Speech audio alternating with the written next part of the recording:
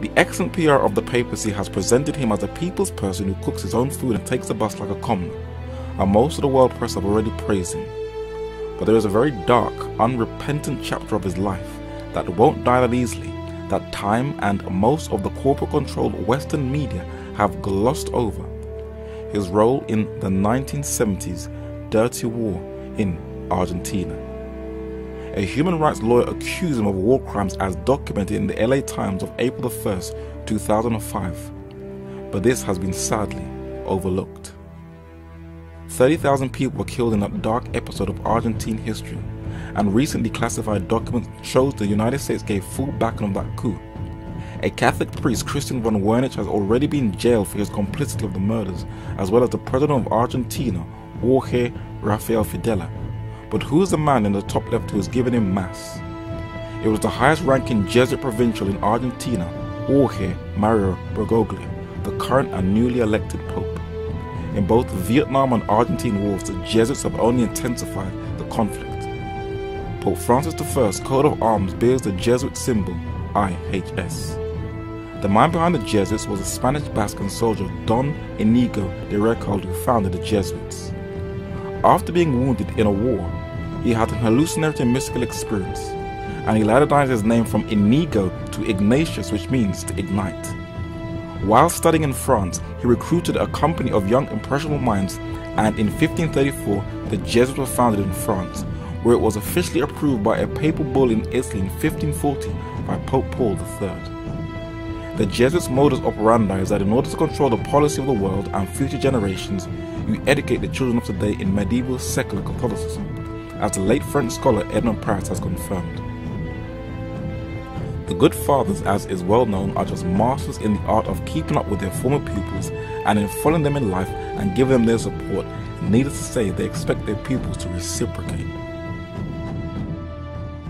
On the official app of the White House, Jesuit priest Charles Curry says that Jesuit-educated students are in strategic areas of influence all over the world. John Brennan, the newly elected director of the CIA. Janet Napolitano, 3rd United States Secretary of Homeland Security.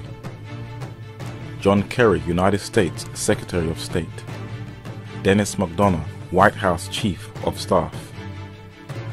Mark Thompson, CEO of the New York Times and a former Director General of the BBC. Michael O'Leary, CEO of airline Ryanair. Peter Sutherland, Chairman of Goldman Sachs International, the London School of Economics and Financial Advisor to the Vatican. Mario Draghi, President of the European Central Bank. Emilio Botin, CEO of Spanish bank Santander. And Herman Van Rompuy, the first and current President of the European Council. And in this picture you can see him standing on the left, and seated under the pillar is the Superior General of the Jesuits, Adolfo Nicolas, who can also be seen with Jesuit-educated priest Antonio Menini, the Papal Ambassador to Great Britain. Although this plaque is talking about Franciscan nuns, it does sound similar to the Jesuits' experience, banned by the land of their birth. The Jesuits have been expelled from over 100 countries all over the world, including the Vatican itself by Pope Clement XIV in 1773. The reason for this, their philosophy, the end justifies the means, has encouraged Jesuit warfare to crush Protestantism. Diego Lainez, the second Superior General of the Jesuits, orchestrated the ethnic cleansing of Protestants in France in 1572. French King Louis XIV in 1685 was instructed by his Jesuit confessor Francois de la Chaise to force the Protestants to either join Catholicism or ethnically cleanse them from France, and that's exactly what he did.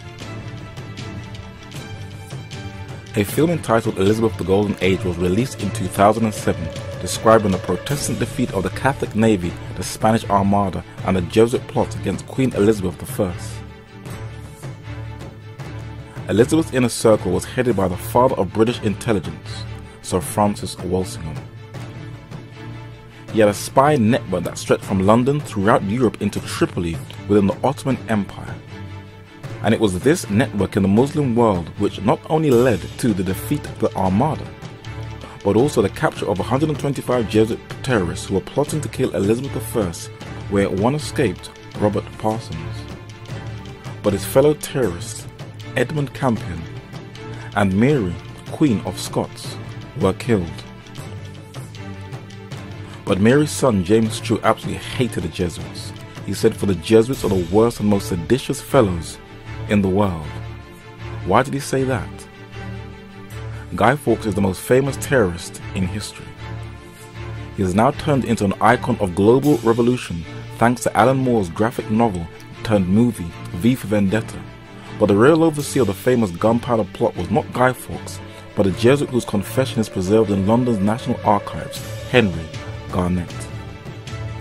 Peter Canese and Peter Faber founded the German Jesuit Institute Ingolstadt, where King Ferdinand II was educated in Jesuit warfare that led to the Jesuits' 30 Years' War in the 1600s.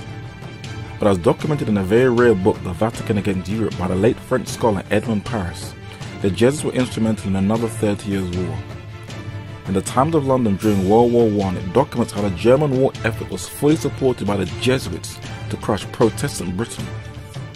But when that failed, the Superior General of the Jesuits, Polish priest Władimir Ledochowski, hatched another plan to merge the continent of Europe together by war with a Jesuit-educated student, Eugenio Pacelli, who was to execute this bloody Jesuit agenda, as the London Daily Mirror, a newspaper of 1944, has confirmed, and even more recently in London's Mail on Sunday.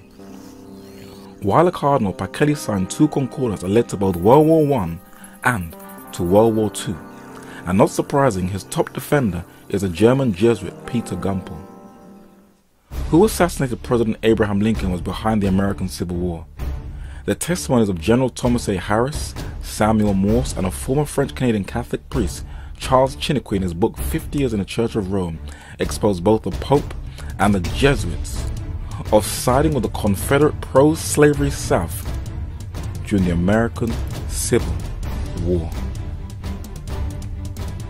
Yes, without Romanism, the last awful civil war would have been impossible. Jeff Davis would never have dared to attack the North had he not had the assurance from the Pope that the Jesuits, the bishops, the priests, and the whole people of the Church of Rome, under the name and mask of democracy, would help him.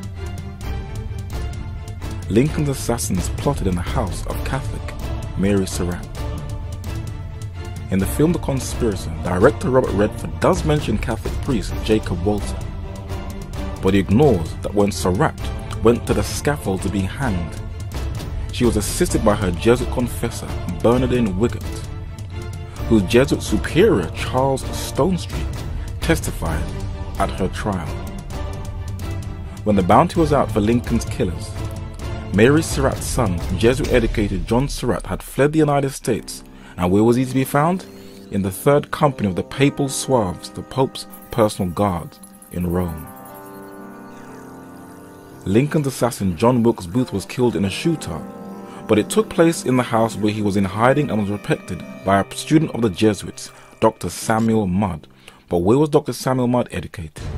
In the most powerful education institution on earth that has covertly shaped American foreign policy for almost a century, Georgetown University, that was founded by Jesuit John Carroll. In 1919, Jesuit friar Edmund Walsh set up the very first diplomatic school in the United States, where it has trained and still trains United States political leaders. President Eisenhower visits Georgetown President Edward Bunn, and President Reagan with Jesuit Timothy Healy. For Reagan's Secretary of State Alexander Haig was a Knight of Malta educated at Georgetown. Senior advisor to President Nixon, Ford, and Reagan, Pat Buchanan. Former war-mongering President Bill Clinton. The directors of the CIA, both George Tenet in the Bush administration and the last head of the CIA, David Petraeus, in the Obama administration, and retired warlord Robert Gates, are all Georgetown Jesuit trained.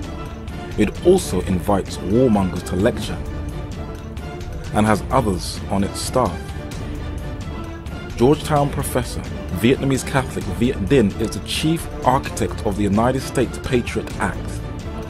With the most powerful education institution on earth, and with the Jesuit priests steering the ship of the papacy, where the Jesuits have meddled in wars for almost 500 years, only common sense will tell you what is in store for the planet.